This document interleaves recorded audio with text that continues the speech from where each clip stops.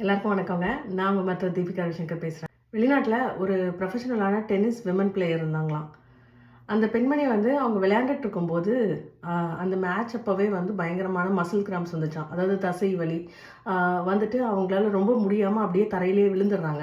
அவங்க முன்னாடியே லீவ் எடுத்ததுனால இந்த டைம் இந்த மேட்ச்சை குவிட் பண்ணாங்கன்னா மறுபடியும் அவங்க அந்த கரியரே லூஸ் பண்ணுற மாதிரி ஒரு நிலைமை வருது.